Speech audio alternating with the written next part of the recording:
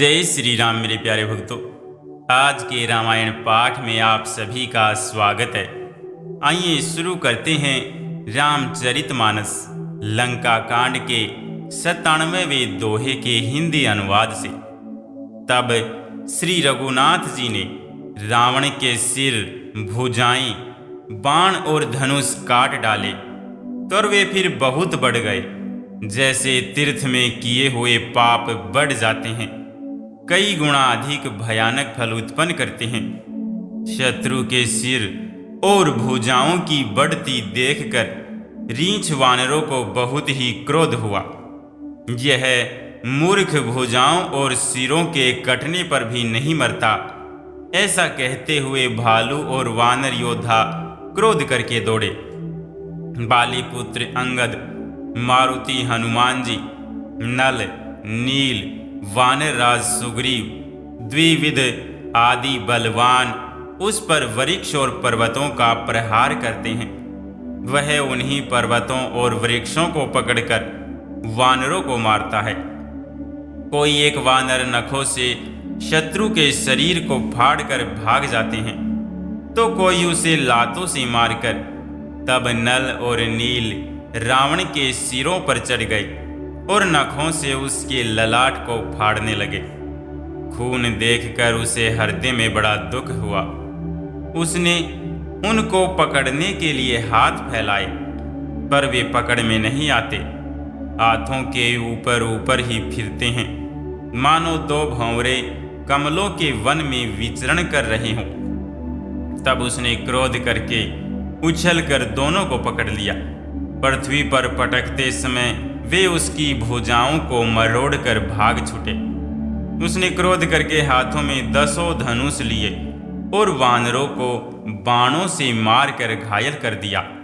हनुमान जी आदि सब वानरों को मूर्छित करके और संध्या का समय पाकर रावण हर्षित हुआ। समस्त वानर वीरों को मूर्छित देखकर रणधीर जामवान दौड़े। जामवान के साथ वो भालू थे। वे पर्वत और वृक्ष धारण किए रावण को ललकार कर मारने लगे। बलवान रावण क्रोधित हुआ और पैर पकड़ पकड़ कर वह अनेकों योद्धाओं को पृथ्वी पर पटकने लगा। जामवान ने अपने दल का विध्वंस देखकर क्रोध करके रावण की छाती में लात मारी। छाती में लात का प्रचंड आघात लगते ही रावण व्याकुल होकर रथ से पृथ्वी पर गिर पड़ा। उसने 20 हाथों में भालुओं को पकड़ रखा था। ऐसा जान पड़ता था मानो रात्रि के समय भंवरे कमलों में बसे हुए हों। उसे मूर्छित देखकर फिर लात मारकर ऋक्षराज जामवान प्रभु के पास चले गए। रात्रि जानकर सारथी रावण को रथ में डालकर उसे होश में लाने का उपाय करने लगा। मूर्छा दूर होने पर रीछ वानर प्रभु के पास आए। उधर सब राक्षसों ने बहुत ही भयभीत होकर रावण को घेर लिया। उसी रात त्रिजटा ने सीता जी के पास जाकर उन्हें सब कथा कह सुनाई। शत्रु के सिर और भुजाओं की बढ़ती का संवाद सुनकर सीता जी के हृदय में बड़ा भय हुआ। उनका मुख उदास हो गया, मन में चिंता उत्पन्न हो गई। तब सीता जी त्रिजटा से बोली, हे माता, बताती क्यों नहीं क्या होगा? संपूर्ण विश्व को दुख देने वाला यह किस प्रकार मरेगा? श्री रघुनाथ जी के बाणों से सिर कटने पर भी नहीं मरता। विधाता सारे चरित्र विपरीत ही कर रहा है। सच बात तो यह है कि मेरा दुर्भाग्य ही उसे जिला रहा है, जिसने मुझे भगवान के चरण कमलों से अलग कर दिया है, जिसने कपट का झूठा स्वर्ण मृग बनाया था। वही देव अब भी मुझ पर रूठा हुआ है। जिस विधाता ने मुझसे दुख सहन कराए और लक्ष्मण को कड़वे वचन कहलाए, जो श्री रघुनाथ जी के विरह रूपी बड़े विषैले बाणों से तक तक कर मुझे बहुत बार मार कर अब भी मार रहा है, और ऐसे दुख में भी जो मेरे प्राणों को रख रहा है वही विधाता उस रावण को जिला रहा है, दूसरा कोई नहीं। कृपानिधान श्री राम जी की याद कर करके जानकी जी बहुत प्रकार से विलाप कर रही है। त्रिजटा ने कहा, हे राजकुमारी सुनो, देवताओं का शत्रु रावण हृदय में बाण लगते ही मर जाएगा, परंतु प्रभु उसके हृदय में बाण इसलिए नहीं मारते कि उसके हृदय में जानकी जी बसती है। वे यही सोच कर रह जाते हैं कि उसके हृदय में जानकी का निवास है, जानकी के हृदय में मेरा निवास है और मेरे उदर में अनेकों भुवन है। अतः रावण के हृदय में बाण लगते ही सब भुवनों का नाश हो जाएगा। यह वचन सुनकर सीता जी के मन में अत्यंत हर्ष और विषाद हुआ। देखकर त्रिजटा ने फिर कहा, हे सुंदरी, महान संदेह का त्याग कर दो। अब सुनो, शत्रु इस प्रकार मरेगा। शिरों के बार बार काटे जाने से जब वह व्याकुल हो जाएगा और उसके हृदय में तुम्हारा ध्यान छूट जाएगा, तब सुजान अंतर्यामी श्री राम जी रावण के हृदय में बाण मारेंगे। ऐसा कहकर और सीता जी को बहुत प्रकार से समझाकर फिर त्रिजटा अपने घर चले गई। श्री रामचंद्र जी के स्वभाव का स्मरण करके जानकी जी को अत्यंत विरह व्यथा उत्पन्न हुई। वे रात्रि की ओर चंद्रमा की बहुत प्रकार से निंदा कर रही है और कह रही है, रात युग के समान बड़ी हो गई, यह बीतती ही क्यों नहीं। जानकी श्री राम जी के विरह में दुखी होकर मन ही मन भारी विलाप कर रही है। जब विरह के मारे हृदय में दारुण दाह हो गया, तब उनका बायां नेत्र और बाहु फड़क उठे। शकुन समझकर उन्होंने मन में धैर्य धारण किया कि अब कृपालु श्री रघुवीर अवश्य मिलेंगे। यहाँ आधी रात को रावण मूर्छा से जगा और अपनी सारथी पर रुष्ट होकर कहने लगा, अरे मूर्ख, तूने मुझे रणभूमि से अलग कर दिया। अरे अधम, अरे मंदबुद्धि, तुझे धिक्कार है, धिक्कार है। सारथी ने चरण पकड़कर रावण को बहुत प्रकार से समझाया। सवेरा होते ही वह रथ पर चढ़कर फिर दौड़ा। रावण का आना सुनकर वानरों की सेना में बड़ी खलबली मच गई। वे भारी योद्धा जहां तहां से पर्वत और वृक्ष उखाड़कर क्रोध से दांत कटकटाकर दौड़े। विकट और विकराल वानर भालू हाथों में पर्वत लिए दौड़े। वे अत्यंत क्रोध करके प्रहार करते हैं। उनके मारने से राक्षस भाग चले। बलवान वानरों ने शत्रु की सेना को विचलित करके फिर रावण को घेर लिया। चारों ओर से चपेटे मारकर और नखों से शरीर विदीर्ण कर वानरों ने उसको व्याकुल कर दिया। वानरों को बड़ा ही प्रबल देखकर रावण ने विचार किया और अंतर्ध्यान होकर क्षण भर में उसने माया फैलाई। जब उसने माया रची, तब भयंकर जीव प्रकट हो गई। बेताल, भूत और पिशाच हाथों में धनुष बाण लिए प्रकट हुए। योगिनियां एक हाथ में तलवार और दूसरे हाथ में मनुष्य की खोपड़ी लिए ताजा खून पीकर नाचने और बहुत तरह के गीत गाने लगी। वे पकड़ो मारो आदि घोर शब्द बोल रही हैं। चारों ओर सब दिशाओं में यह ध्वनि भर गई। वे मुख फैलाकर खाने दौड़ती हैं। तब वानर भागने लगे। वानर भागकर जहां भी जाते हैं वही आग जलती देखते हैं। वानर भालू व्याकुल हो गए। फिर रावण बालू बरसाने लगा। वानरों को जहां तहां थकित शिथिल कर रावण फिर गरजा। लक्ष्मण जी और सुग्रीव सहित सभी वीर अचेत हो गए। हाय राम, हाय रघुनाथ पुकारते हुए श्रेष्ठ योद्धा अपने हाथ पछताते हैं। इस प्रकार सबका बल तोड़कर रावण ने फिर दूसरी माया रची। उसने बहुत से हनुमान प्रकट किए जो पत्थर लिए दौड़े। उन्होंने चारों ओर दल बनाकर श्री रामचंद्र जी को जा घेरा। वे पूंछ उठाकर कटकटाते हुए पुकारने लगे, मारो पकड़ो, जाने न पावे। उनके लंगूर पूंछ 10 दिशाओं में शोभा दे रहे हैं और उनके बीच में कौशल राज श्री राम जी हैं। उनके बीच में कौशल राज का सुंदर श्याम शरीर ऐसी शोभा पा रहा है मानो ऊंचे तमाल वृक्ष के लिए अनेक इंद्रधनुष की श्रेष्ठ बाड़ यानी घेरा बनाई गई हो।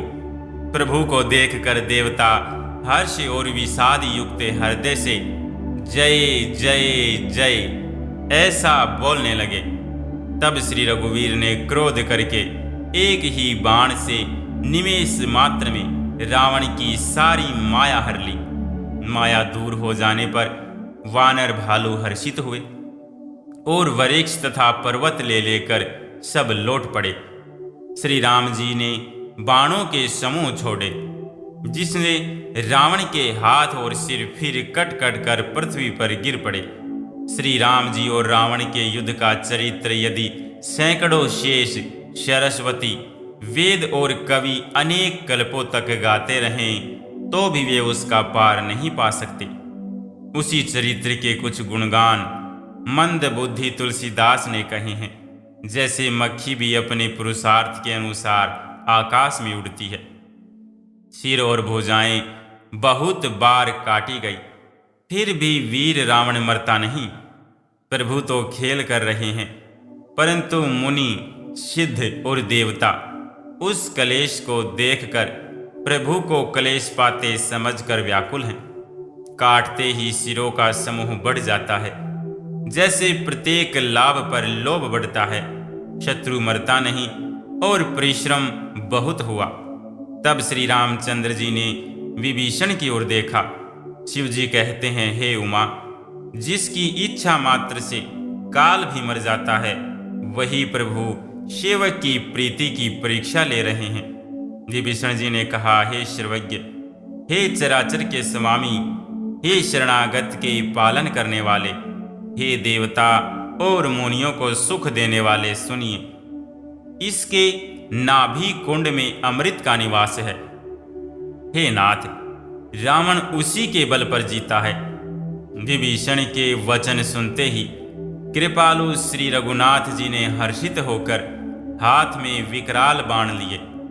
उस समय नाना प्रकार के अपशकुन होने लगे। बहुत से गधे, सयार और कुत्ते रोने लगे। जगत के दुख अशुभ को सूचित करने के लिए पक्षी बोलने लगे। आकाश में जहां तहां पुच्छल तारे प्रकट हो गई।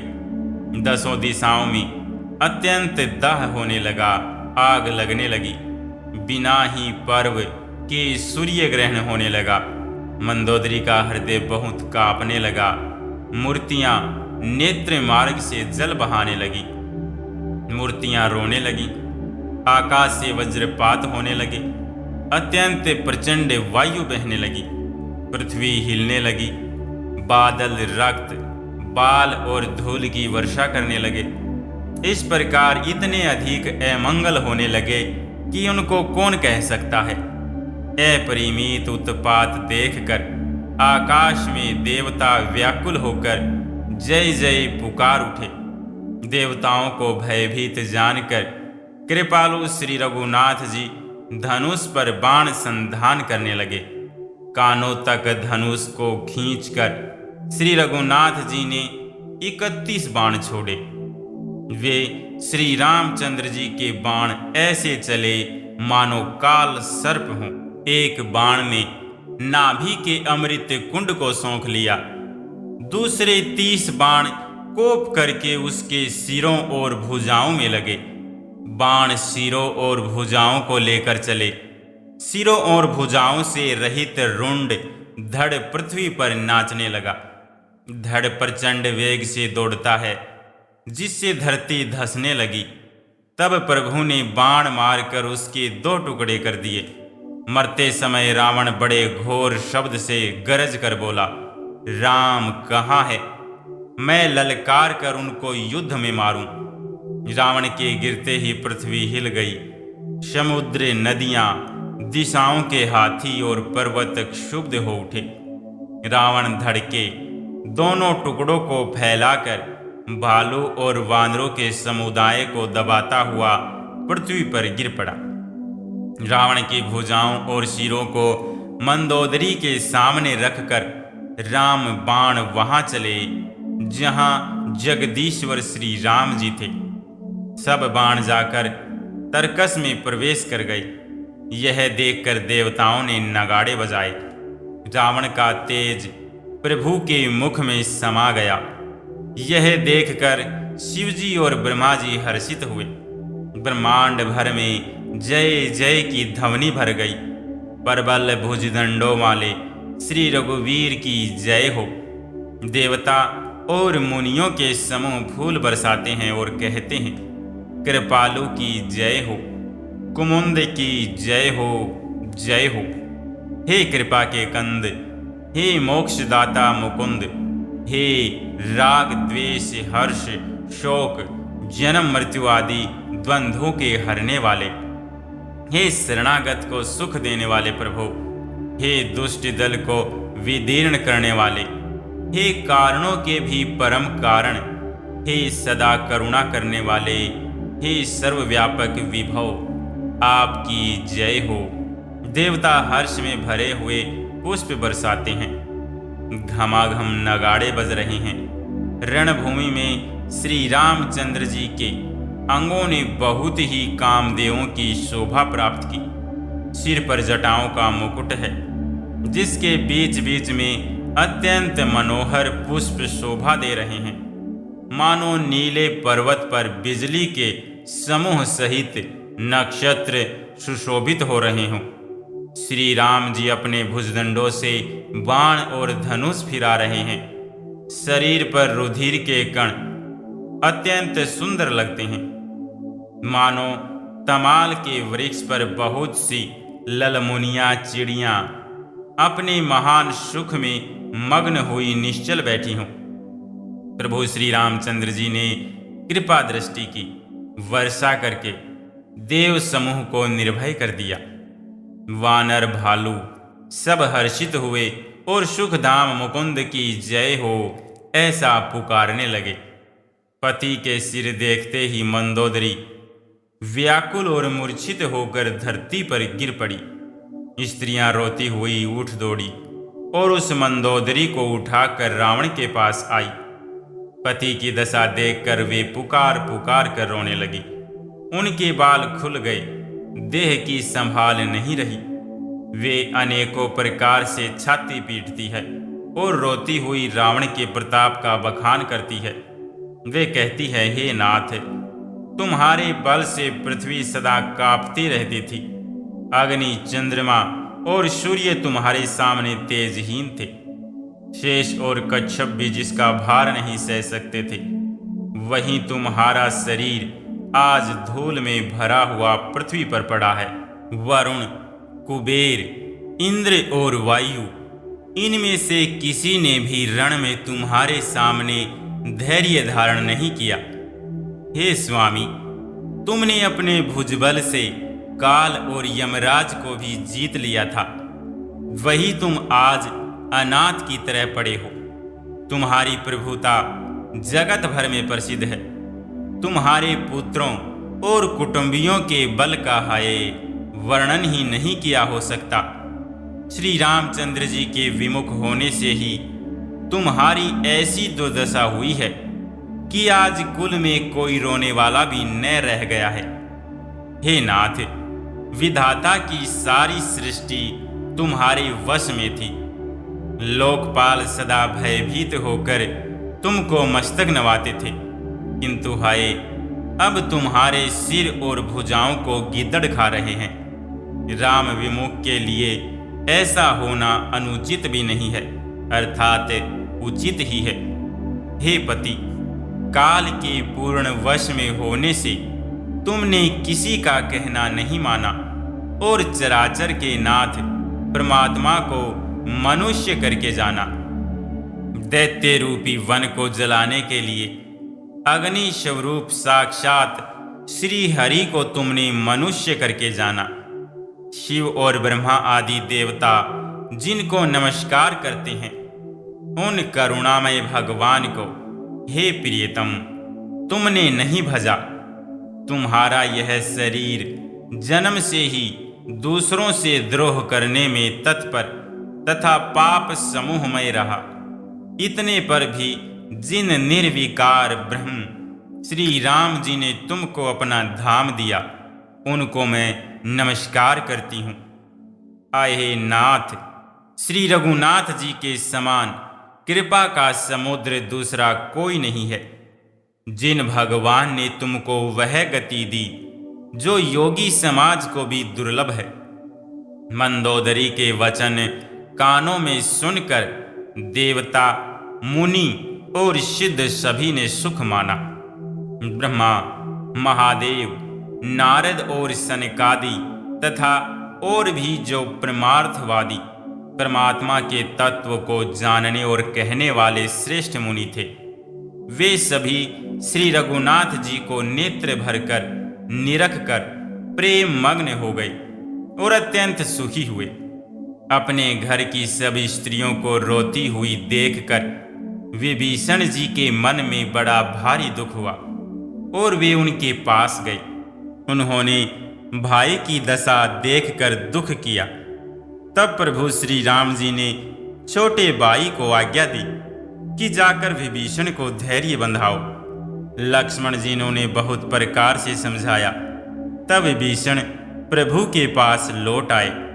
प्रभु ने उनको कृपापूर्ण दृष्टि से देखा और कहा, सब शोक त्याग कर रावण की अंत्येष्टि क्रिया करो। प्रभु की आज्ञा मानकर और हृदय में देश और काल का विचार करके विभीषण जी ने विधि पूर्वक सब क्रिया की।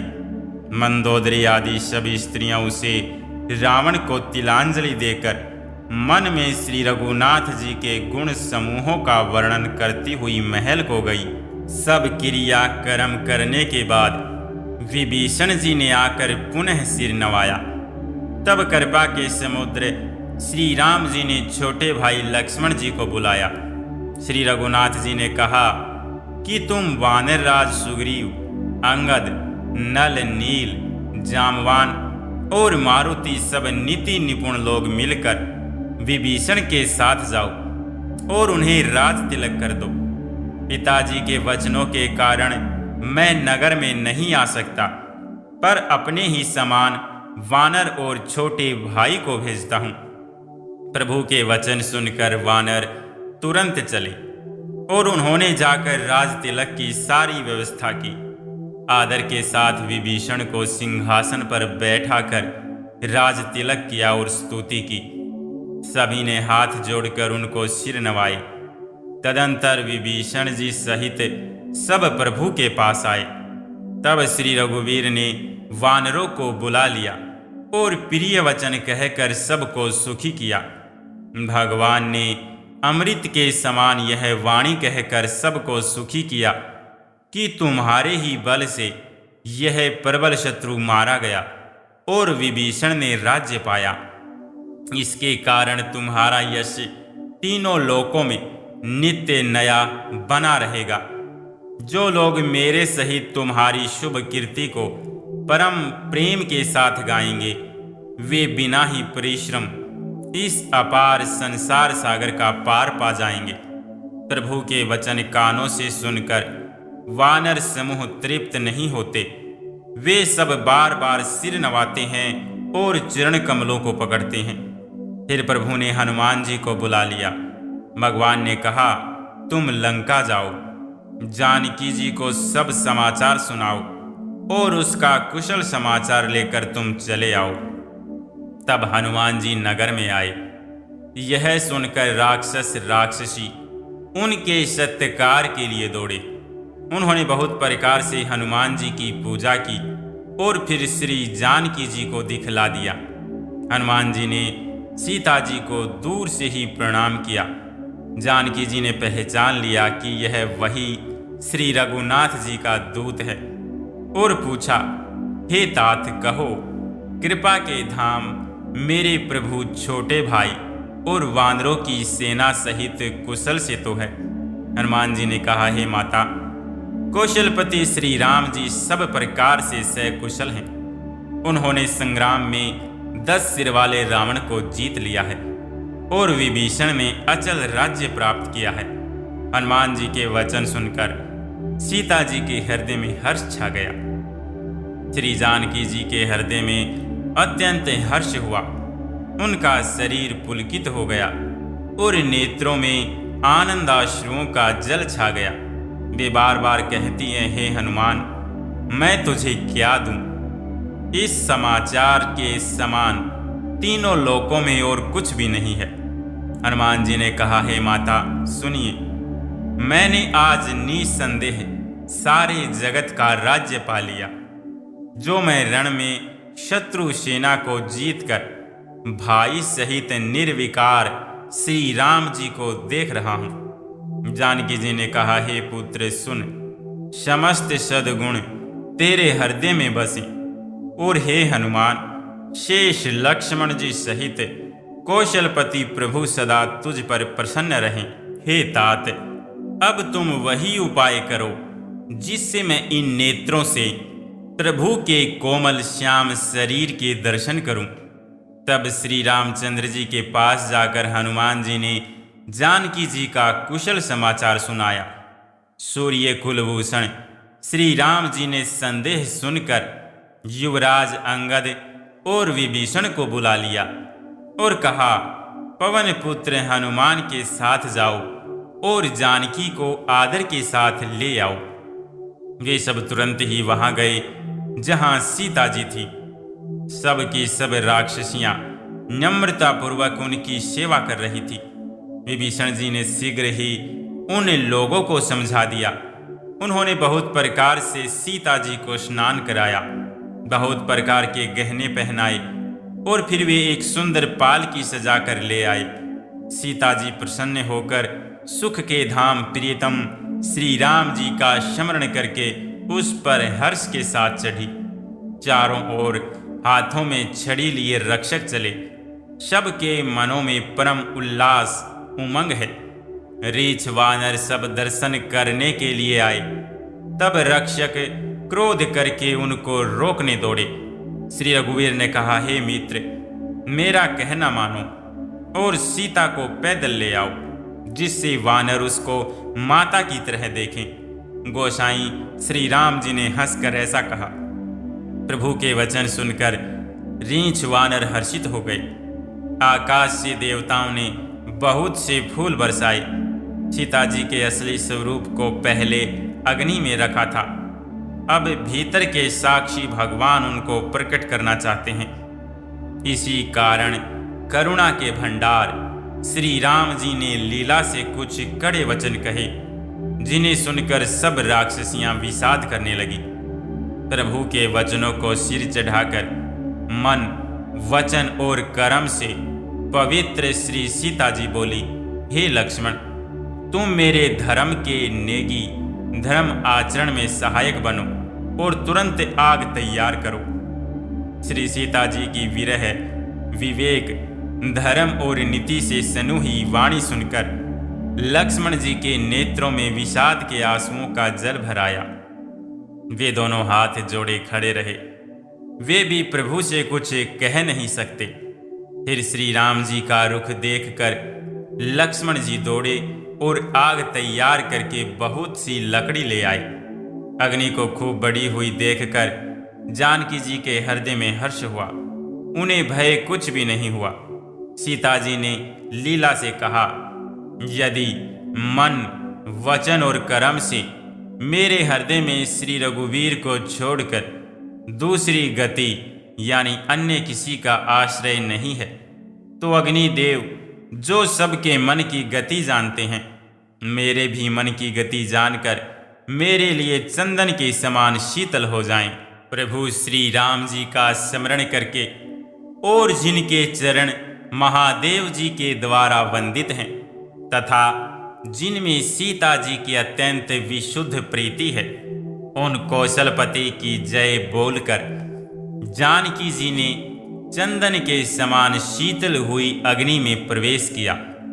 प्रतिबिंब सीता जी की छाया मूर्ति और उनका लौकिक कलंक प्रचंड अग्नि में जल गए। प्रभु के इन चरित्रों को किसी ने नहीं जाना। देवता, सिद्ध और मुनि सब आकाश में खड़े देखते हैं। तब अग्नि ने शरीर धारण करके वेदों में और जगत में प्रसिद्ध वास्तविक श्री सीता जी का हाथ पकड़ उन्हें श्री राम जी को वैसे ही समर्पित किया जैसे क्षीर सागर ने विष्णु भगवान को लक्ष्मी समर्पित की थी। वे सीता जी श्री रामचंद्र जी के वाम भाग में विराजित हुई। उनकी उत्तम शोभा अत्यंत ही सुंदर है, मानो नए खिले हुए नीले कमल के पास सोने के कमल की कली सुशोभित हो। देवता हर्षित होकर फूल बरसाने लगे, आकाश में डंके बजने लगे, किन्नर गाने लगे, विमानों पर चढ़ी अप्सराएं नाचने लगी।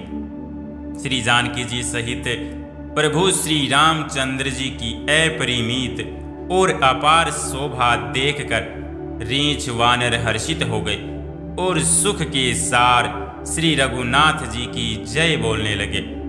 जय श्री राम। मेरे प्यारे भक्तों, आज के रामायण पाठ को हम यहीं पर विश्राम करते हैं। मिलते हैं कल के रामायण पाठ में। तब तक के लिए आप सभी को जय जय।